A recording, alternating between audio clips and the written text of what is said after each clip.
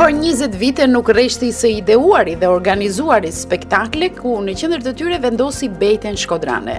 Mblodhi bashkë bejtarët në siglën Bejte Shkodrane Show dhe i ngjiti edhe në skenën e teatrit Migjeni. Atëherë kur suksesi i këtyre organizimeve, mbështetur edhe nga Agjencia e Spektakleve Jehona e Shkodrës, ishte kryefjala e aktiviteteve artistike në Shkodër, regjizori i mirënjohur Bujar Zyrali jep dorëheqjen. S'ke ku jam shef, se Shkodra se shef Facebook-un, se faqe, e din se është një faktor tjetër më dominues.